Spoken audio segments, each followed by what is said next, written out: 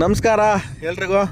ಇವತ್ತು ನಾವು ಬಂದಿರುವಂಥದ್ದು ಕರ್ನಾಟಕದ ಪ್ರಮುಖ ಒಂದು ಪ್ರಸಿದ್ಧ ದೇವಾಲಯದಲ್ಲಿ ಒಂದು ಶ್ರೀ ಕ್ಷೇತ್ರ ಕೋಟಿಲಿಂಗೇಶ್ವರ ದೇವಾಲಯ.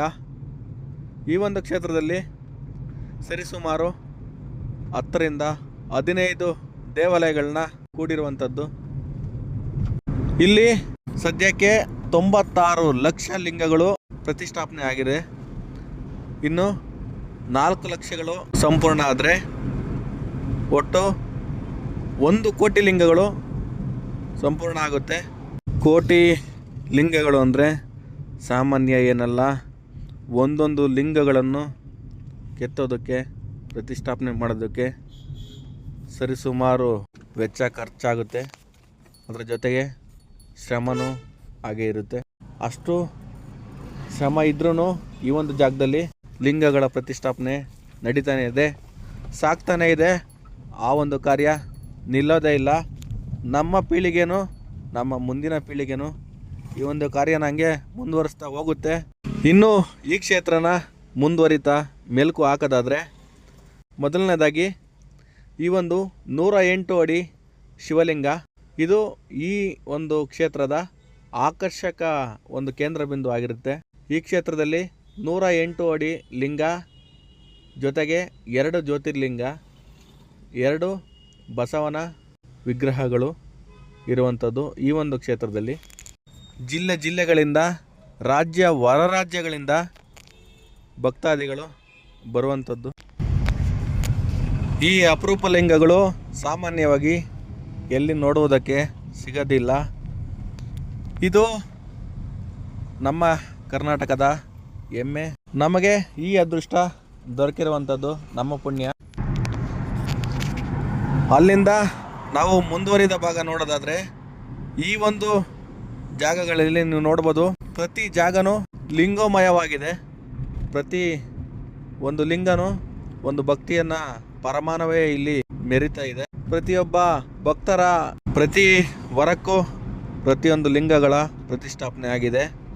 ಭಕ್ತಾದಿಗಳು ತಮ್ಮ ಇಚ್ಛೆಯಂತೆ ತಮಗೆ ಹರಕೆಯ ಒಂದು ಪರಿಪೂರ್ಣ ಸಂಕಲ್ಪ ಮಾಡಿಕೊಂಡಿರುವ ರೀತಿಯೇ ಈ ಒಂದು ಲಿಂಗಗಳು ಪ್ರತಿಷ್ಠಾಪನೆ ಆಗಿರುವಂಥದ್ದು.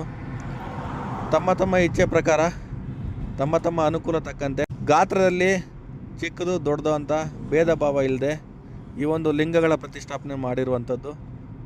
ಒಟ್ಟು 1 ಕೋಟಿ ಲಿಂಗಗಳು ಪ್ರತಿಷ್ಠಾಪನೆ ಆಗಬೇಕು. ಆಗ ಇಡೀ ಈ ಒಂದು ಬ್ರಹ್ಮಾಂಡ ರೀತಿಯಲ್ಲಿರುವ ಈ ಒಂದು ಕ್ಷೇತ್ರದನ್ನೇ ಎಲ್ಲ ದೇವರುಗಳು ಈ ಒಂದು ಜಾಗದಲ್ಲಿ ಆಲ್ಮೋಸ್ಟು ನಾವು ನೋಡುವಂಥದ್ದು. ಈ ಎಲ್ಲ ದೇವರುಗಳ ಆಶೀರ್ವಾದದಿಂದ ಈ ಒಂದು ಕೋಟಿಲಿಂಗ ಸಂಪೂರ್ಣ ಆದರೆ ಈ ಒಂದು ಜಾಗದಲ್ಲಿ ತುಂಬಾ ಒಂದು ದೊಡ್ಡ ಮಹೋತ್ಸವ ನಡೆಯುತ್ತೆ. ಆ ಒಂದು ಮಹೋತ್ಸವಕ್ಕೆ ಲಕ್ಷಾಂತರ ಕೋಟ್ಯಾಂತರ ಭಕ್ತಾದಿಗಳು ಸಾಕ್ಷಿ ಆಗ್ತಾರೆ. ನಾವು ಎತ್ತ ಕಣ್ಣು ಹಾಯಿಸಿದರೂ ನಮಗೆ ಕಾಣುವಂಥದ್ದು ಈ ಒಂದು ಭಕ್ತಿಯ ಪರಮಲಿಂಗಗಳು. ದೇವಸ್ಥಾನದ ಆವರಣದ ಪ್ರಾರಂಭದಿಂದ ಹಿಡಿದು ಕೊನೆಯವರೆಗೂ ಬರೀ ಲಿಂಗೋಮಯವಾಗಿದೆ.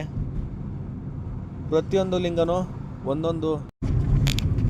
ನೀವು ನೋಡ್ತಿರುವಂಥ ಈ ಒಂದು ಗರ್ಭಗುಡಿಯೇ ಶ್ರೀ ಮಲ್ಲಿಕಾರ್ಜುನ ಸ್ವಾಮಿಯ ಗರ್ಭಗುಡಿ.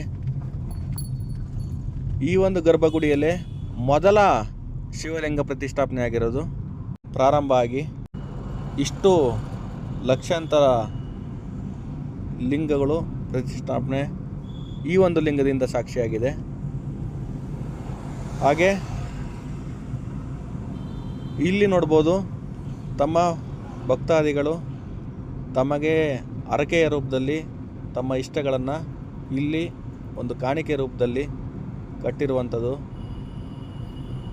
ಸಾಕ್ಷಿಯಾಗಿ ಕಾಣ್ತಿರ್ಬೋದು. ತಮ್ಮ ಇಷ್ಟಾರ್ಥಗಳನ್ನು ಪ್ರಾರ್ಥನೆ ಮಾಡಿ ಇಲ್ಲಿ ಈ ಒಂದು ಮರಕ್ಕೆ ತಮ್ಮ ಒಂದು ಏನು ಕಾಣಿಕೆ ಇದೆ ಹರಕೆಯ ರೀತಿ ಇಲ್ಲಿ ಕಟ್ಟಿರುವಂಥದ್ದು ನೋಡ್ತಾ ಇರ್ಬೋದು. ಈ ಒಂದು ಆಂಜನೇಯನೇ ಇಲ್ಲಿರುವ ಲಾಸ್ಟು ಒಂದು ದೇವರು ಅಂತಲೇ ಹೇಳ್ಬೋದು. ಅಲ್ಲಿ ಶನೇಶ್ವರ ದೇವಸ್ಥಾನ ಬರುತ್ತೆ. ಪ್ಲಸ್ಸು ಸಾಯಿಬಾಬಾ ದೇವಸ್ಥಾನ ಬರುತ್ತೆ. ಈ ಒಂದು ದೇವಸ್ಥಾನನೇ ಈ ದೇವಸ್ಥಾನದಲ್ಲಿ ಈ ಒಂದು ಜಾಗನೇ ತಾತ ಮುತ್ತಾದ್ರ ಕಾಲದಿಂದನೂ ಈ ಒಂದು ಜಾಗ ಕೋಟಿಲಿಂಗೇಶ್ವರ ಅಂತ ಹೆಸರಾಗಿದೆ. ಅದನ್ನು ನಾವು ಇನ್ನೂ ಮೆಲ್ಕು ಹಾಕ್ತಾ ಇದ್ದೀವಿ. ನಮ್ಮ ಮುಂದಿನ ಪೀಳಿಗೆನೂ ಈ ಒಂದು ಜಾಗನ ನೆನೆಸ್ಕೊಳ್ತಾ ಸ್ಮರಿಸ್ಕೊಳ್ತಾ ಈ ಒಂದು ಜಾಗನ ನೆನಪಿಟ್ಕೊಳ್ತಾ ಮುಂದಕ್ಕೆ ಸಾಗುತ್ತೆ. ಇದೇ ರೀತಿ ಹೆಚ್ಚಿನ ಕಂಟೆಂಟ್ಗಾಗಿ ನಮ್ಮನ್ನು ಫಾಲೋ ಮಾಡ್ತಾಯಿರಿ. ನಾವು ಇನ್ನಷ್ಟು ಮಗದಷ್ಟು ಇನ್ನೊಂದು ಜಾಗನ ಎಕ್ಸ್ಪ್ಲೋರ್ ಮಾಡ್ತಾ ನಿಮಗೆ ತಿಳಿಸ್ತಾ ಮುಂದೆ ಸಾಕ್ತೀವಿ. ಇದು ಜಯಂಕಾರ. ನಮ್ಮ ಜರ್ನಿ ಹಿಂಗೆ ಮುಂದುವರಿಯುತ್ತೆ. ನಮ್ಮ ಜರ್ನಿ ಜೊತೆ ನೀವು ಕೈ ಜೋಡಿಸಿ ಜರ್ನಿನ ಸ್ಟಾರ್ಟ್ ಮಾಡೋಕ್ಕೆ ರೆಡಿಯಾಗಿರಿ ಅಂತ ಹೇಳ್ತಾ, ನಮ್ಮ ವಿಡಿಯೋ ಇಷ್ಟ ಆದರೆ ನೀವು ನಮ್ಮ ಚಾನಲ್ನ ಸಬ್ಸ್ಕ್ರೈಬ್ ಮಾಡ್ಕೊಳ್ಳಿ, ಈ ವಿಡಿಯೋನ ಲೈಕ್ ಮಾಡ್ಕೊಳ್ಳಿ ಅಂತ ಹೇಳ್ತಾ ಇಲ್ಲಿಗೆ ಈ ವಿಡಿಯೋ ಮುಗಿಸ್ತಾ ಇದ್ದೀವಿ. Thank you. ಜೈ ಹಿಂದ್, ಜೈ ಆಂಜನೇಯ.